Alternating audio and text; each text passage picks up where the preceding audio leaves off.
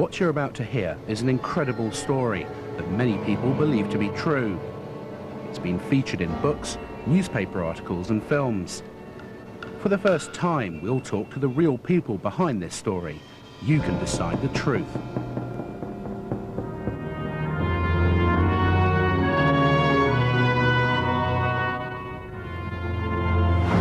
Since the 1940s, the CIA have been developing a top-secret mind control program known as MK-Ultra. Its aim was simple: to train and create assassins who would kill with no remorse. These alleged assassins were known as Manchurian candidates. I know the CIA tried to find out whether it was possible to have a Manchurian candidate, a controlled assassin. So many people believed something like that was possible that somebody had to be looking to see whether it was possible or not. I mean, it's totally off the wall, it's totally true, but it sounds pretty nuts, and it was. I mean, what my government did was crazy. Assassinations have been clearly illegal under American law since 1975. That executive order was signed by President Ford, and it's still in effect. There simply hasn't been any effort since that time, I'm sure, to assassinate anyone.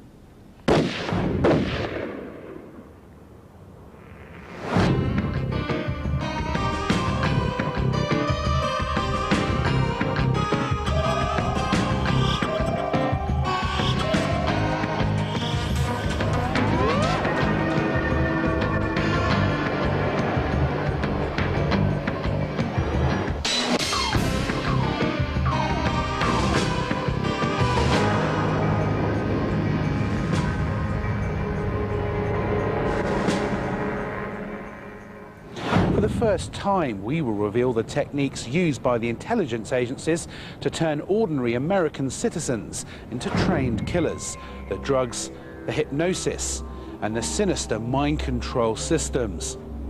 But perhaps most sensationally of all, we'll talk to the Manchurian candidates themselves. Their story is about the betrayal of the American public. It's a story that many here in Washington hoped would never see the light of day.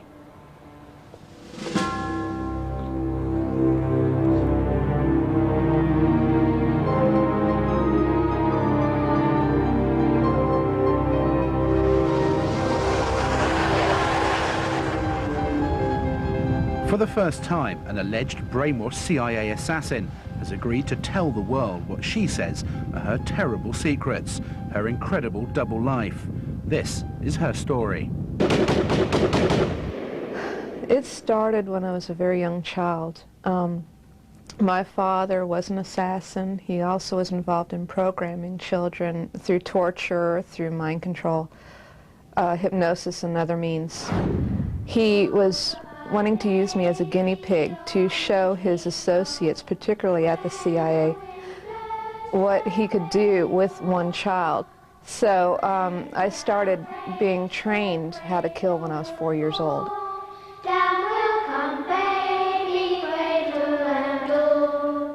It was back probably starting in the very early 70s, if not earlier.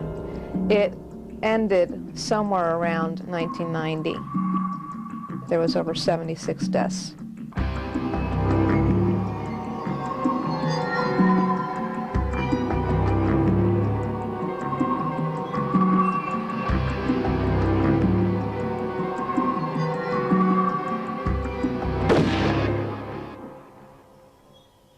One time they had me go in as a prostitute, and while the man was in bed, all I had to do was take a scarf that they had already given me to wear and dip it in a toilet.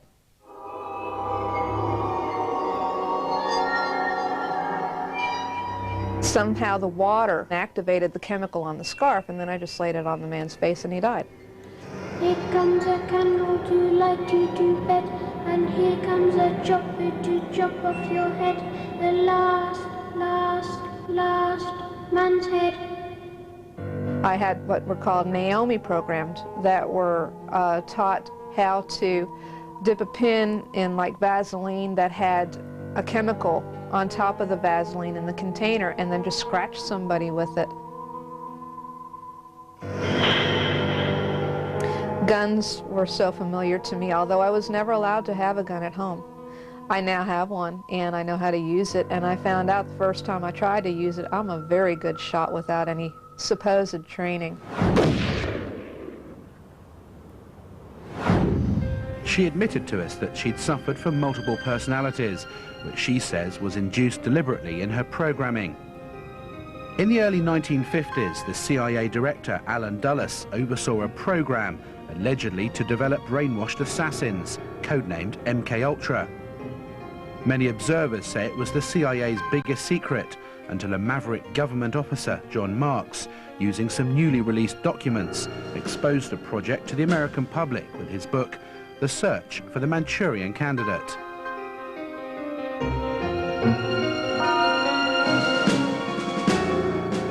In the late 1940s, there was a tremendous concern inside the CIA and the U.S. government about the possibilities of mind control, of brainwashing, if you will.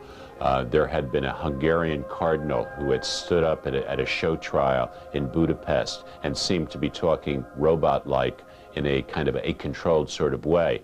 And there was a sense, there was a feeling, there was a fear that there was a technology available which allowed people to brainwash people to commit acts against their will. Now, the entire purpose of MKUltra was the creation of what they called a Manchurian Candidate, which was a person who could be used to commit an assassination and then made to forget about it afterwards.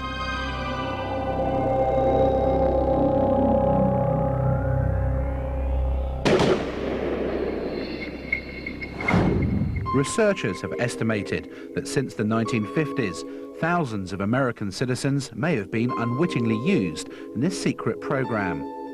Alleged victims speak of horrific experiments using hypnosis, drugs and implants, as well as cutting-edge microwave technology. Their aim was simple: to erase the rational mind and create programmed killers.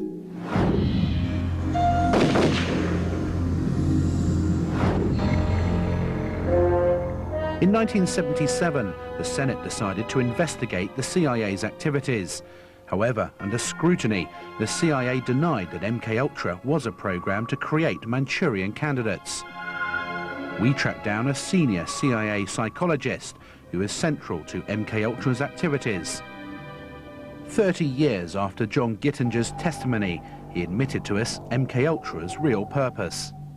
The Manchurian Candidate certainly had a great deal to do with the research that we were doing, because so many people believed something like that was possible that somebody had to be looking to see whether it was possible or not. You couldn't make laboratory guesses about whether a person would be able to become a controlled assassin. If you really wanted to find out if you could create a controlled assassin, you had to try to create a controlled assassin who would kill people. That was the only way to do it.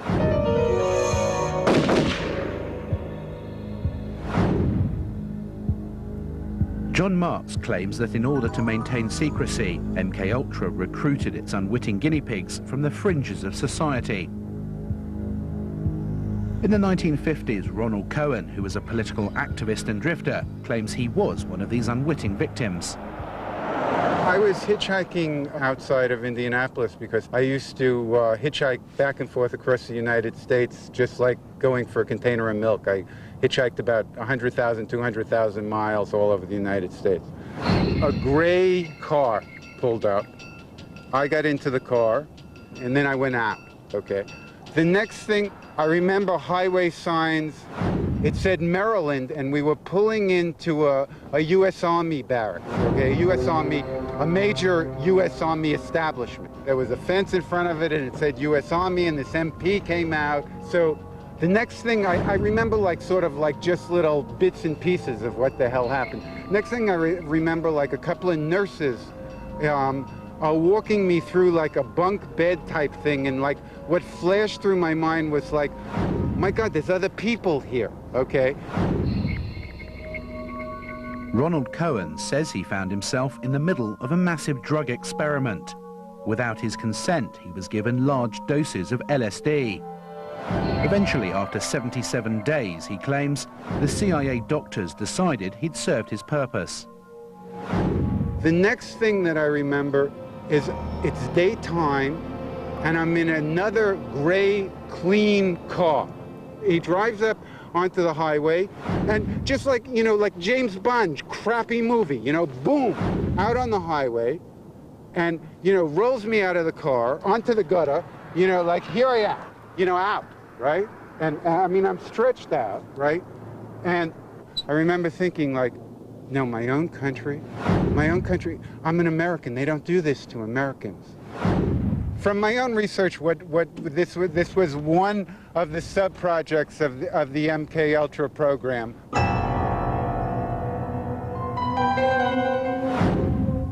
I couldn't categorically say that it didn't happen. But this did happen to people, didn't it? Yeah, I guess.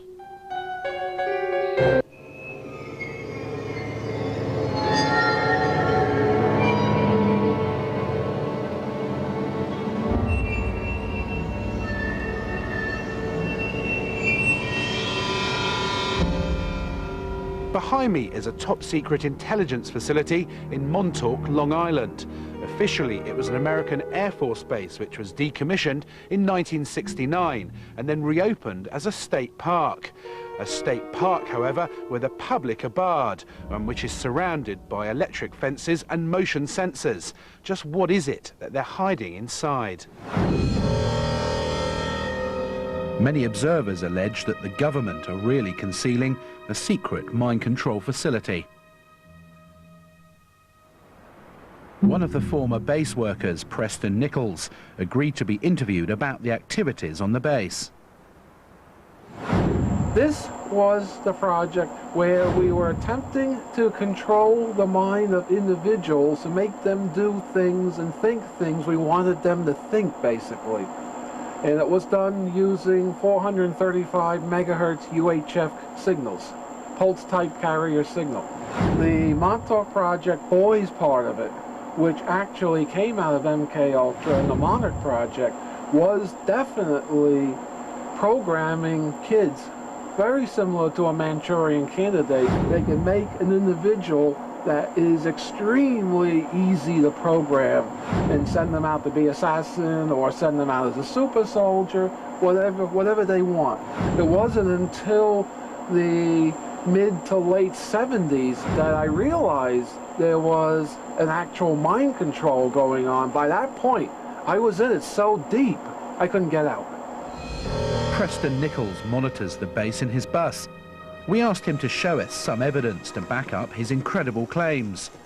He says that electrical signals still coming out of the disused base are proof that mind control experiments are still going on. Preston, what is this we can hear now? Well, this is a signal that shows us they're alive and working and operating. It's at 435 megahertz pulse type FM modulation. This is underground at the Montauk base, about a half a mile to a quarter to a half a mile down.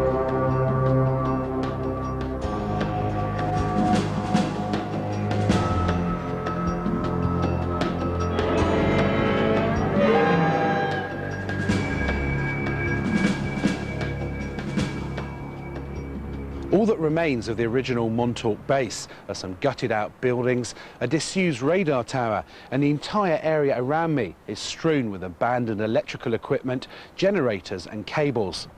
Many people say that this is a carefully worked illusion, designed to give you the impression that there's nothing at all going on here, and designed to take your focus away from the real secret of the area, the underground base, 300 yards in that direction.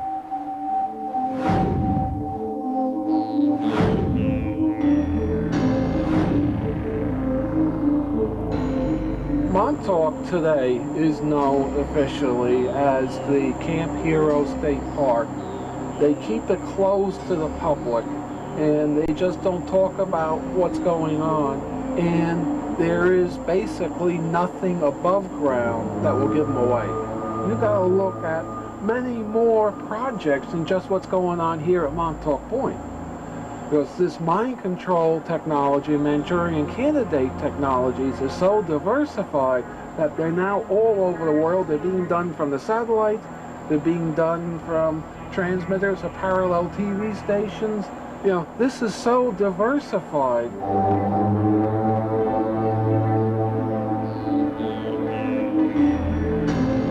As we were filming, it was clear that we were being watched.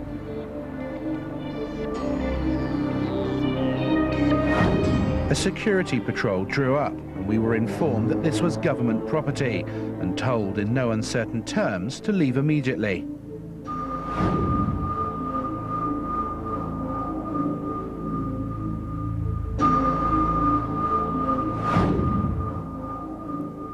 I have been approached by clandestine forces, and I basically publicized and wrote about the project for my protection.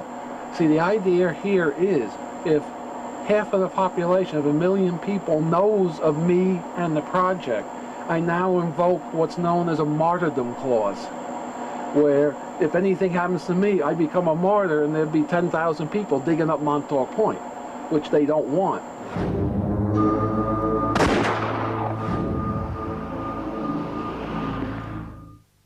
Colin Ross is a psychiatrist who treats victims who say they were part of the experimental stages of MKUltra. He sifted through thousands of MKUltra documents that have been released through the Freedom of Information Act. He says that CIA documents clearly state that they did experiment with advanced forms of hypnosis to possibly create Manchurian candidates. And these experiments that were being done describe several different things. One is creating new identities using hypnosis and other methods that would stand up on a lie detector test successfully, and also creating new identities that would carry out tasks under hypnosis for which the person was amnesic. So these are real-life simulations in which a woman will go from one room to another, retrieve a document, bring it back, and come out of the hypnotic sleep with no memory of what she's done. Did you use hypnosis to create Manchurian candidates? We did a lot of work to try to find out whether it's possible to hypnotize somebody against their will. We were never able to do it. Therefore, the idea of the Manchurian candidate did not seem to me and to the people that I was working with as something that was possible to do. Now, I understand there are a lot of people who feel differently.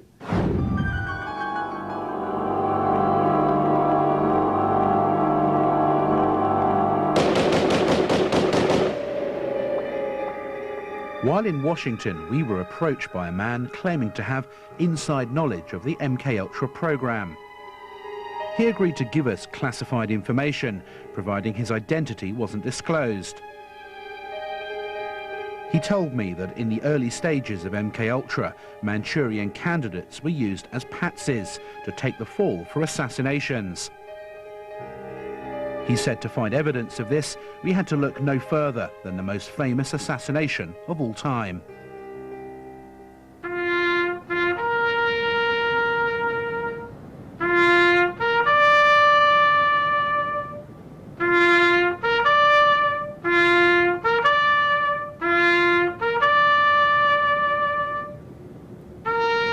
November 22nd, 1963 was perhaps the darkest hour of American history.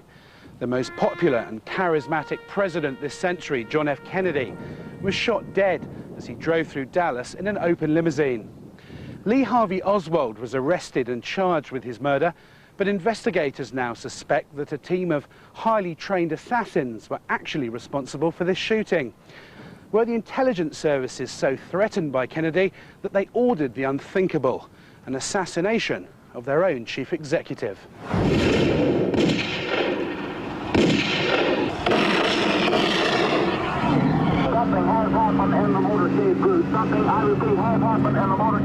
Lee Harvey Oswald was arrested for the murder of President Kennedy. He claimed at the time that he was innocent.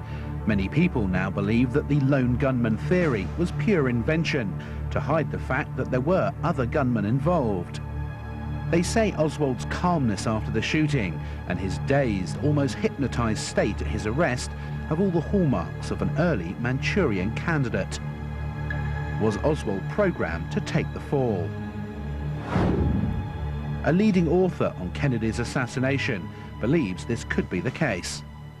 Well, it's not impossible that he could have been hypnotized or programmed or through power of post-hypnotic suggestion to be in the right place. Lee Harvey Oswald, if not the first Manchurian candidate, was one of the first Manchurian candidates used by the CIA.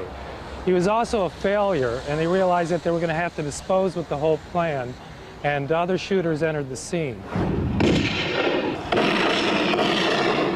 One of the MKUltra sites was at Tsuki Air Force Base in Japan, and then Lee Harvey Oswald was stationed there at one time. He was in the hospital for a while to have his tonsils taken out, and it was during that time that a very crude implant was inserted into his head. The implant malfunctioned, right? So he couldn't operate as an assassin himself, but he could still be used as a patsy.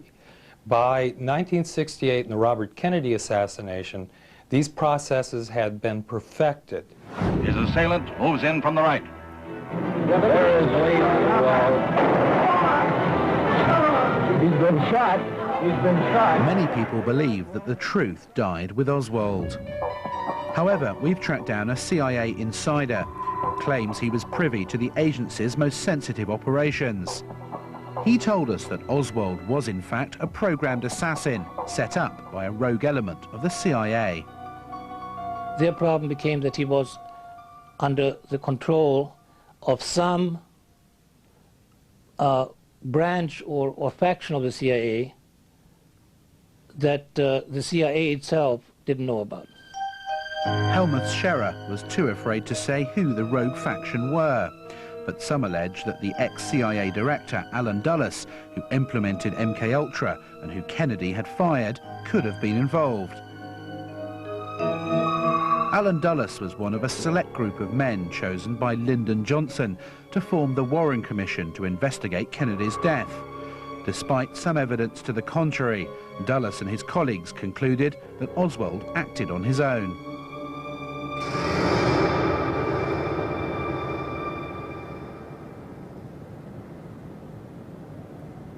Five years on, Robert Kennedy began his campaign for the presidency of the United States. Unwilling to accept the Warren Commission's conclusions, some say he promised to reinvestigate his brother's death if elected. Observers believe it was a promise that many in Washington couldn't face. On the 5th of June 1968, Robert Kennedy was celebrating in a hotel after receiving his presidential nomination. His election looked certain. After making his speech, Kennedy left the rally through the pantry of the hotel. At the same time, a man with a gun made his way through the crowd to where Kennedy was. He opened fire, fatally wounding Kennedy and injuring several other people. The assassin, Sirhan Sirhan, was immediately held and arrested. Many now believe he could have been a Manchurian candidate. It took 6 men to pry that gun out of Sirhan's hand because he was in a hypnotic trance. 6 men, including Rosie Greer, the football player. So then when it was all over, he couldn't remember. He still can't remember what happened. That's a Manchurian candidate. We tracked down one of the FBI agents who was on the scene soon after the assassination and asked him if the evidence pointed towards this conclusion. Sirhan could have been hypnotized. He could have been a Manchurian candidate programmed to assassinate Bobby Kennedy, and I do think that there is a fair amount of validity to that theory.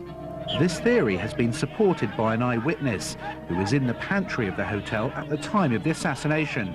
Scott Enyard, who was taking photographs at the rally, told us that it was evident that Sirhan Sirhan was hypnotized.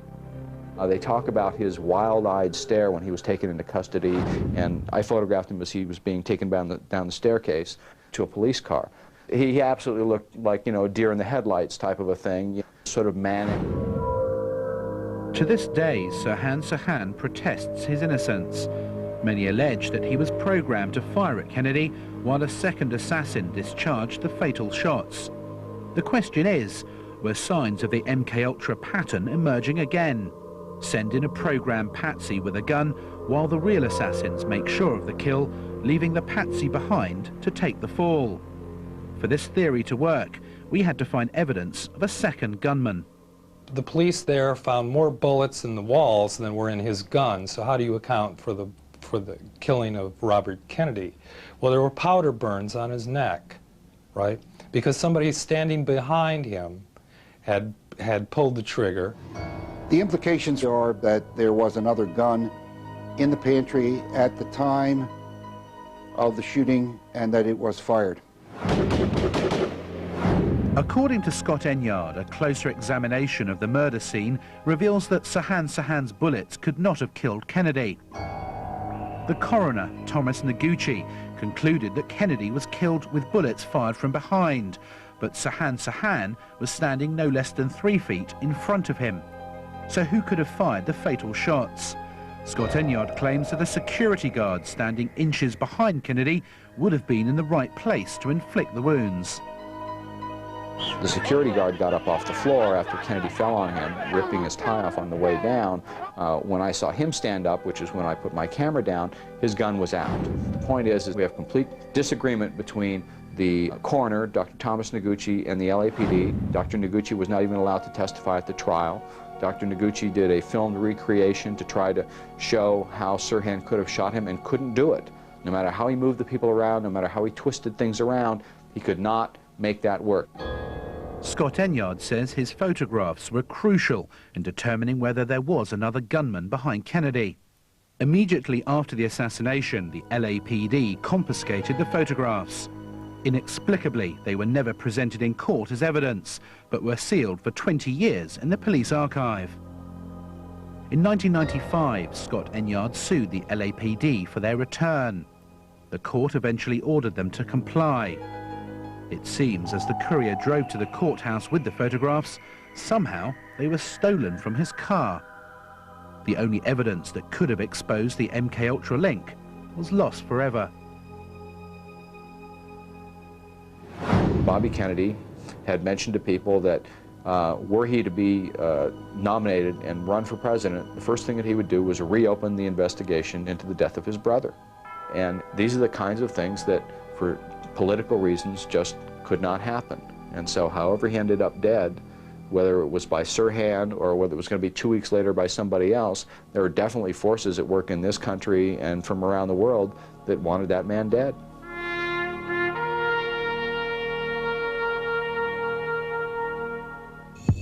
The assassination of John Lennon in New York in 1980 may also be linked to MKUltra.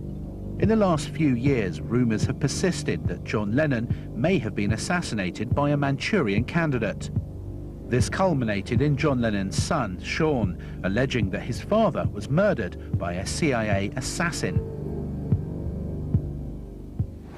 President Richard Nixon and his administration were fixated by what they called the Lennon problem. To them, John Lennon was the worst kind of political activist, and he spent much of his time under constant surveillance by the FBI. The accused, Mark David Chapman, was reportedly inspired by the classic American novel The Catcher in the Rye. Many believe that the book is a post-hypnotic trigger to set Manchurian candidates into action. In John Lennon's assassination, it's alleged that the doorman from the Dakota Flats where Lennon lived reported that after the shooting, Chapman stood calmly by, reading a copy of The Catcher in the Rye until the police arrived to arrest him. I believe the contents of The Catcher in the Rye contain trigger words and may actually have been used for some purpose in his programming. Now, the book itself was written by a former OSS officer. The book, Catcher in the Rye, has turned up in several assassinations since. So it's therefore logical to believe that it had some role in the assassin's programming. Several weeks ago, I went to a public library and I saw Catcher in the Rye on the shelf, and immediately I went into a trance. And I kept staring at it, and I finally was able to get enough control of myself to pull that book out and open it. And when I saw what it was about, I realized how perfect that book would be for somebody to use on someone who had a problem as far as perhaps an attachment disorder where they're not able to bond with people and emotionally connect with people. And to me, that would be the perfect type person to use as a patsy for an assassination. In parallel to the hypnosis part of the program, the CIA and military scientists were working on technology which could be implanted in the brains of potential Manchurian candidates. Was this the holy grail that the men from MKUltra were looking for? The Office of Naval Research in the 50s and 60s funded research where brain electrode implants were put into human beings. This was also funded by the Army and the CIA. Using government funding, Jose Delgado at Yale University developed a radio transmitter device which he put into the brain of a bull. We obtained this footage, which chillingly shows the future direction of the MKUltra program. Dr. Delgado, who can clearly be seen standing in the ring, stops the bull in his tracks every time he activates the radio transmitter. Crude but effective mind control. So it's a scientific fact that you can put a brain electrode in somebody's head, you can stimulate that electrically from a remote distance, and that will have a dramatic effect on their behavior.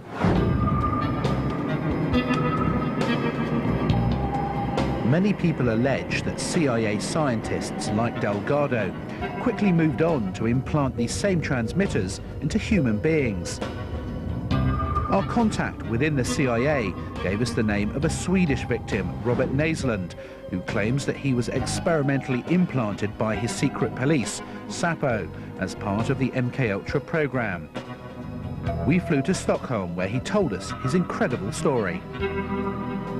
The first time I got involved in this technology or were implanted were at a hospital during an operation here in Stockholm, where the surgeon implanted a transmitter in my right nostril during the operation.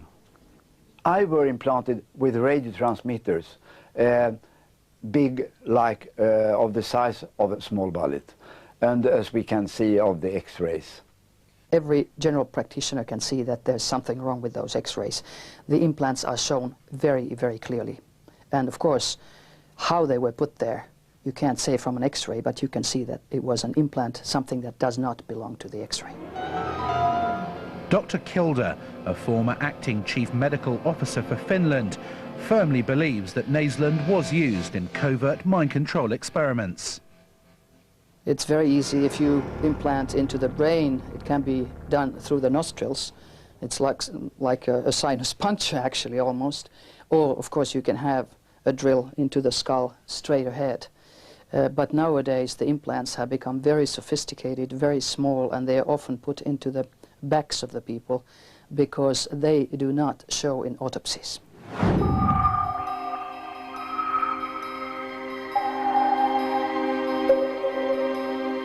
Robert Naslund believes that he was implanted with at least 5 transmitters in a series of operations at a secret Stockholm hospital. Since then, he says he's been aware of people secretly monitoring his movements.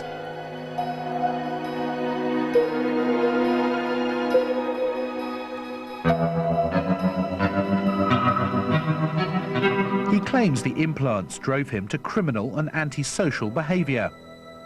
Finally, in despair, he sought out the help of a radiologist who was prepared to X-ray his alleged implants.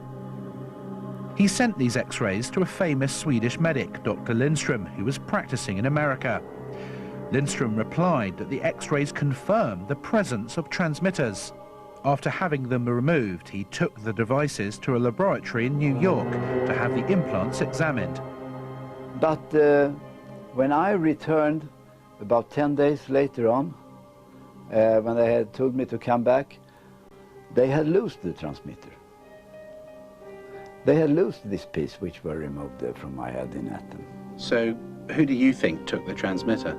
Well, I think that any security agency, either CIA or the Swedish Säpo, must have been involved in this thing when my transmitter were lost. Mainstream scientists and especially medical doctors know nothing about this technology. It's been well kept secret within the military because in NATO countries, I live in Norway now, military intelligence, that is for instance electronic surveillance project of the Navy is doing implants on people in Norway. The same is done of course all over the world like in the US. Observers say that MKUltra's mind control didn't just stop at implants. The latest research is reported to include the use of high-frequency microwave beams. The claim is that these waves transmit sounds straight into the brain. Back in 1992, over the holidays, I was sound asleep one night in my apartment, and I was suddenly awakened out of a very deep sleep. I found that unusual because though I was very relaxed, I was extremely alert mentally. When all of a sudden, I very distinctly and quite clearly heard a voice say matter-of-factly in my right ear, "The underground bases are real." Sauder is a researcher who investigates the covert actions of the CIA and the other intelligence agencies. He discovered that a device to broadcast voices into people's heads did in fact exist. Recently I've discovered that a patent was granted in 1989 to do just that, to broadcast an intelligible voice right into the auditory cortex. The technology by which this voice can be broadcast into the human mind is very straightforward. A person speaks into a microphone. What they say is then transmitted via a plurality of microwaves into the target individual, where that person then hears the voice as if it were speaking in their ear, in their inner ear, as it were, very clearly. And this is what happened to me. I'm thoroughly persuaded of that. There's no doubt in my mind. At a Washington hotel, we met up with a man who had a neurophone, a sophisticated device which could enable commands to be directly transmitted into the heads of Manchurian candidates. He demonstrated its incredible abilities to us inside a locked hotel room. He told us that in the wrong hands, it could be used to create brainwashed assassins. Unfortunately, we were unable to demonstrate it on television because, he claimed, it was a classified intelligence device. In 1991, an inmate at an obscure Utah prison filed charges against prison staff, alleging that they had used him in sophisticated mind control experiments. In affidavits submitted for the case, the prisoners testified to a whole series of advanced forms of mind control experiments being carried out. For several years now, I've been subjected to the influence of some type of device or technology that causes me to receive voice transmissions in my head, just as if I had little radio speakers in my inner ears. Several of the inmates submitted similar experiences as affidavits to the court. The inmate, who was representing himself, couldn't gather enough proof against Utah State prisons, and eventually the case was dismissed by the judge, citing lack of evidence.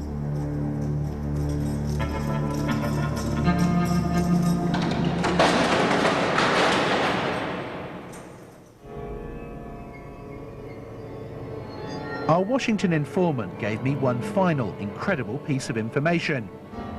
If we wanted proof to see if MKUltra was still active today, he said we should investigate the Oklahoma bombing, and specifically the background of the terrorist Timothy McVeigh. There was at the federal building, no one's at the court, at the courthouse.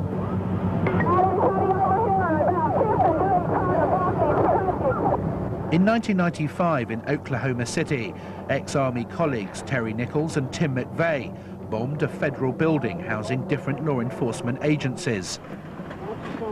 The enormous car bomb killed 168 people. McVeigh was sentenced to death and is currently on death row, while Nichols was sentenced to life imprisonment. The immediate question was, why did McVeigh commit the biggest terrorist act on American soil? The official story is that when he was in the Army, he became frustrated and depressed because he couldn't make the Special Forces. He goes to work at CalSpan, and after a year, he suddenly becomes enraged at the United States government because he believed that he had an implant in his body. Well, what was Calspan? The company that he was working for was a top secret microelectronics firm, as a matter of fact, that began at Cornell. Days after McVeigh was arrested, the Boston Globe interviewed his closest friends. They said that McVeigh had complained about having been implanted by the government.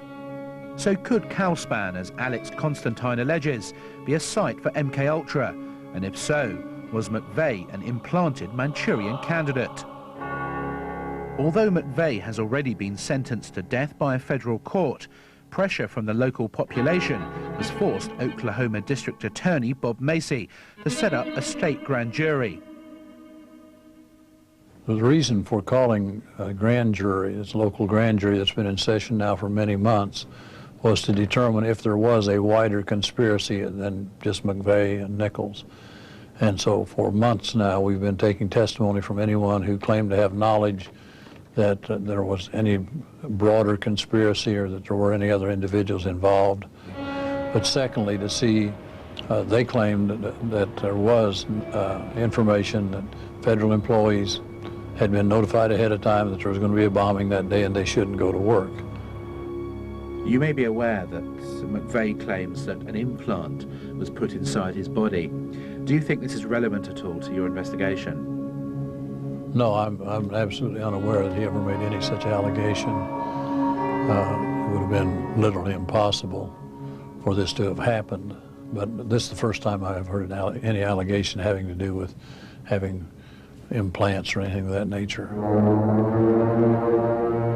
The Oklahoma grand jury are still deliberating the facts of the case before it goes back into open court, where McVeigh's MKUltra links might be finally tested.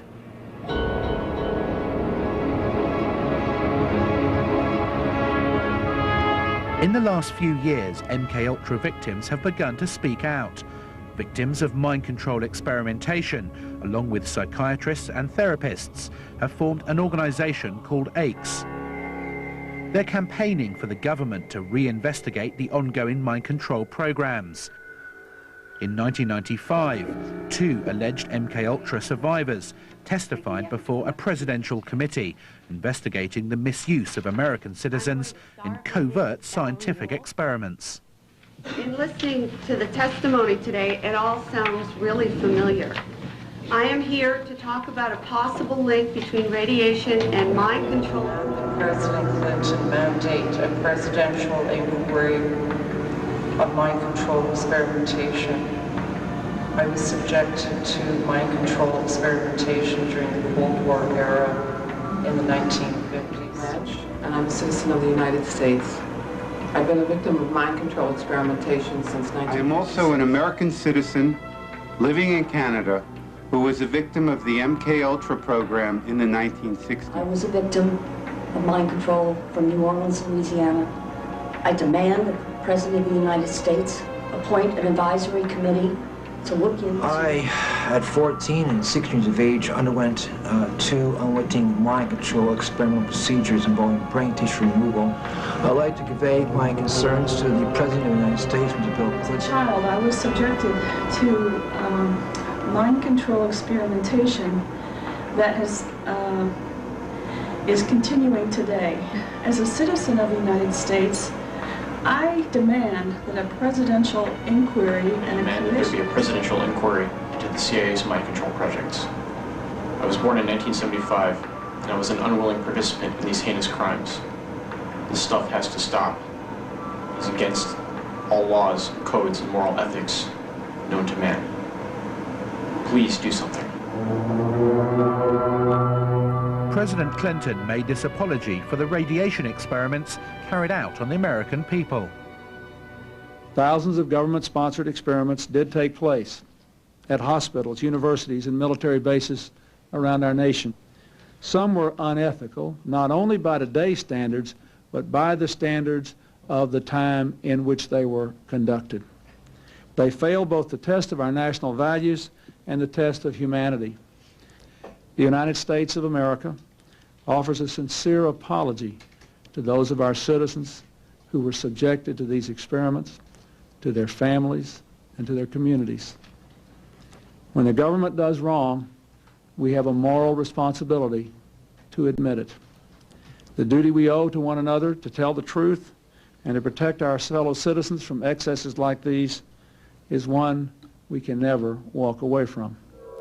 I thought I lived a very boring life. I knew I was tired all the time. I was just exhausted. I had a lot of nightmares that I could not explain.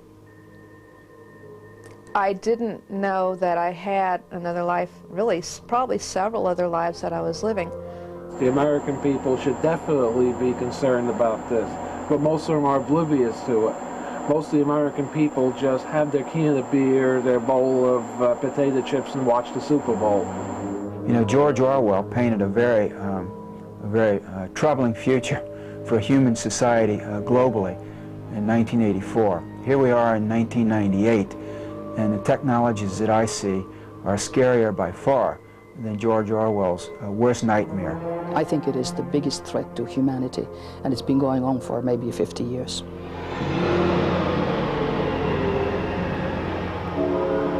In an undisclosed warehouse somewhere near Washington, the CIA stores all their classified records and files. A complete history of their covert operations. Bowing to public pressure, President Clinton has ordered the CIA to declassify its top-secret records that are more than 25 years old.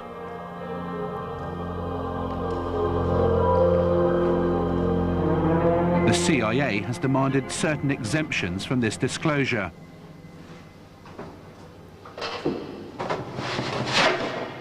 The real truth about MKUltra rests with a group of CIA agents who are currently sifting through these archives to decide what will and what won't be released to the American public.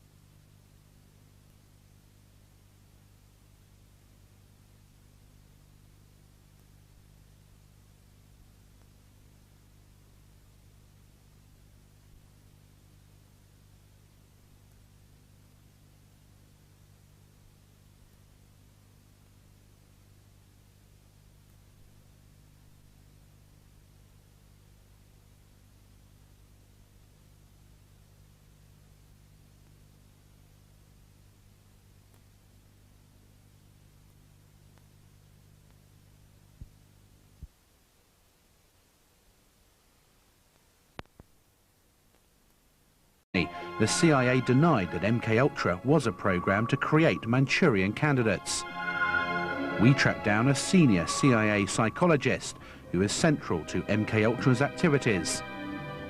30 years after John Gittinger's testimony, he admitted to us MKUltra's real purpose.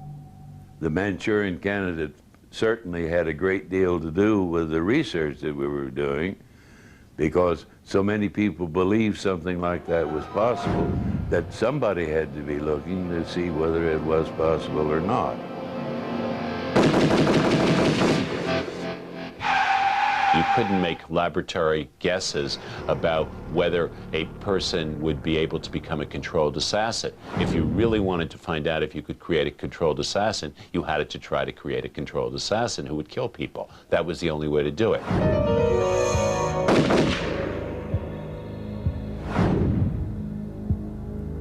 John Marks claims that in order to maintain secrecy, MKUltra recruited its unwitting guinea pigs from the fringes of society.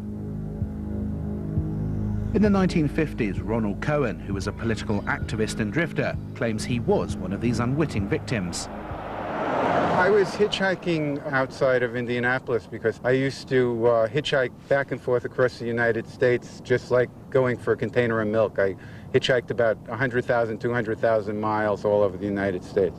A gray car pulled up. I got into the car, and then I went out, okay? The next thing, I remember highway signs. It said Maryland, and we were pulling into a U.S. Army barracks, okay? A major U.S. Army establishment. There was a fence in front of it, and it said U.S. Army, and this MP came out. So the next... It ended somewhere around 1990. There was over 76 deaths.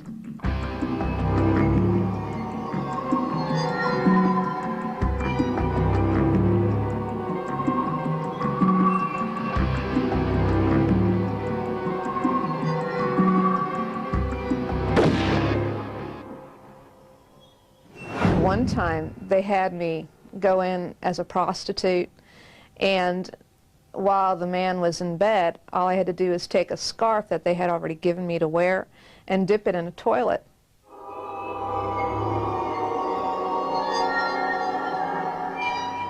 Somehow the water activated the chemical on the scarf, and then I just laid it on the man's face and he died.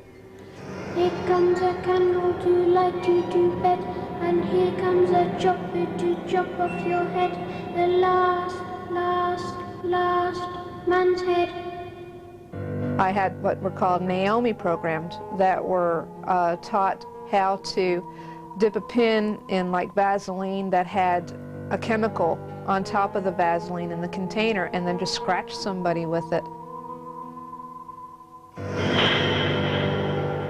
Guns were so familiar to me, although I was never allowed to have a gun at home. I now have one, and I know how to use it, and I found out the first time I tried to use it, I'm a very good shot without any supposed training. She admitted to us that she'd suffered from multiple personalities, which she says was induced deliberately in her programming.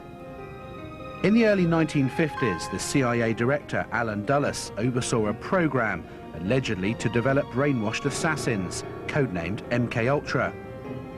Many observers said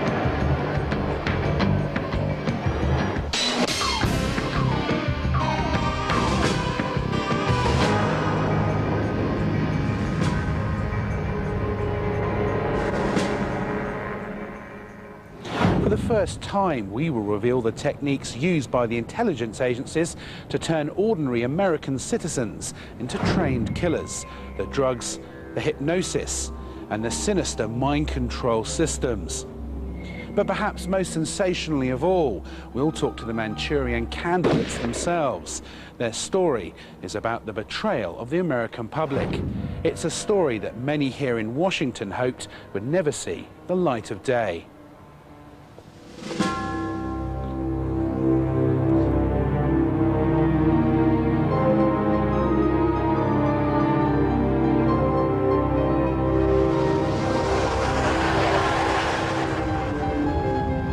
For the first time, an alleged brainwashed CIA assassin has agreed to tell the world what she says are her terrible secrets, her incredible double life. This is her story. It started when I was a very young child. My father was an assassin. He also was involved in programming children through torture, through mind control, hypnosis, and other means. He was wanting to use me as a guinea pig to show his associates, particularly at the CIA, what he could do with one child. So I started being trained how to kill when I was 4 years old.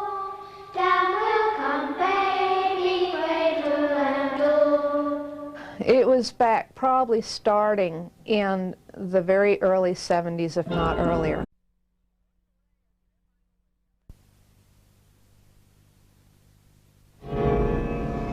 What you're about to hear is an incredible story that many people believe to be true.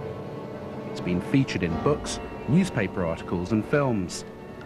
For the first time, we'll talk to the real people behind this story, you can decide the truth.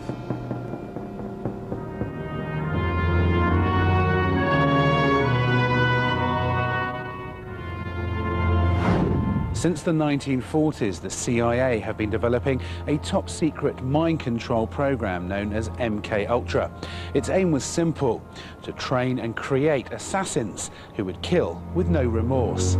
These alleged assassins were known as Manchurian candidates. I know the CIA tried to find out whether it was possible to have a Manchurian candidate, a controlled assassin. So many people believed something like that was possible that somebody had to be looking to see whether it was possible or not. I mean, it's totally off the wall, it's totally true, but it sounds pretty nuts, and it was. I mean, what my government did was crazy. Assassinations have been clearly illegal under American law since 1975.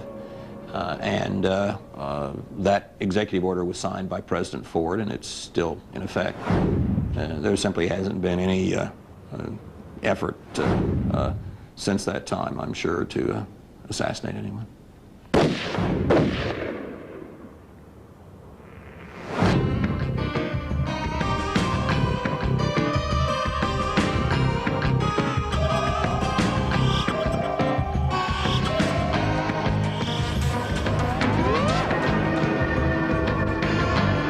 Was the CIA's biggest secret until a maverick government officer, John Marks, using some newly released documents, exposed the project to the American public with his book, The Search for the Manchurian Candidate.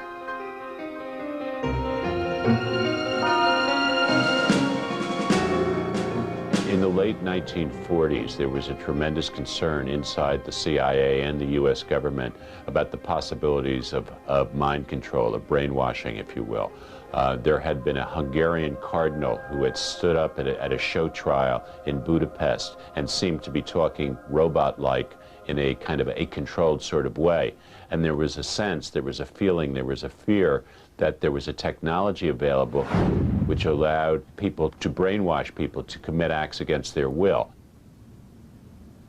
Now, the entire purpose of MK-Ultra was the creation of what they called a Manchurian candidate, which was a person who could be used to commit an assassination and then made to forget about it afterwards.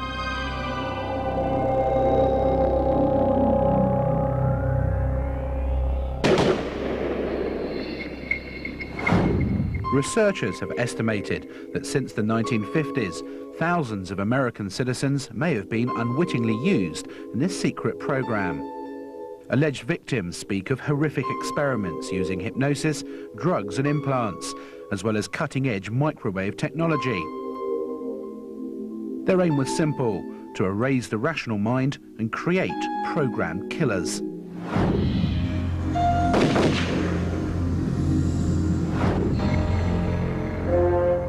In 1977, the Senate decided to investigate the CIA's activities. However, under scrutiny,